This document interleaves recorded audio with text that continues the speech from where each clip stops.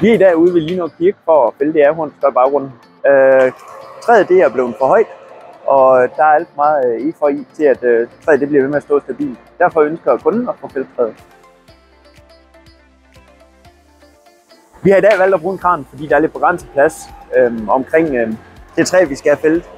Kranen den er god på den måde, at den kan tage grenene ned i små bidder og lægge sig direkte over i containeren.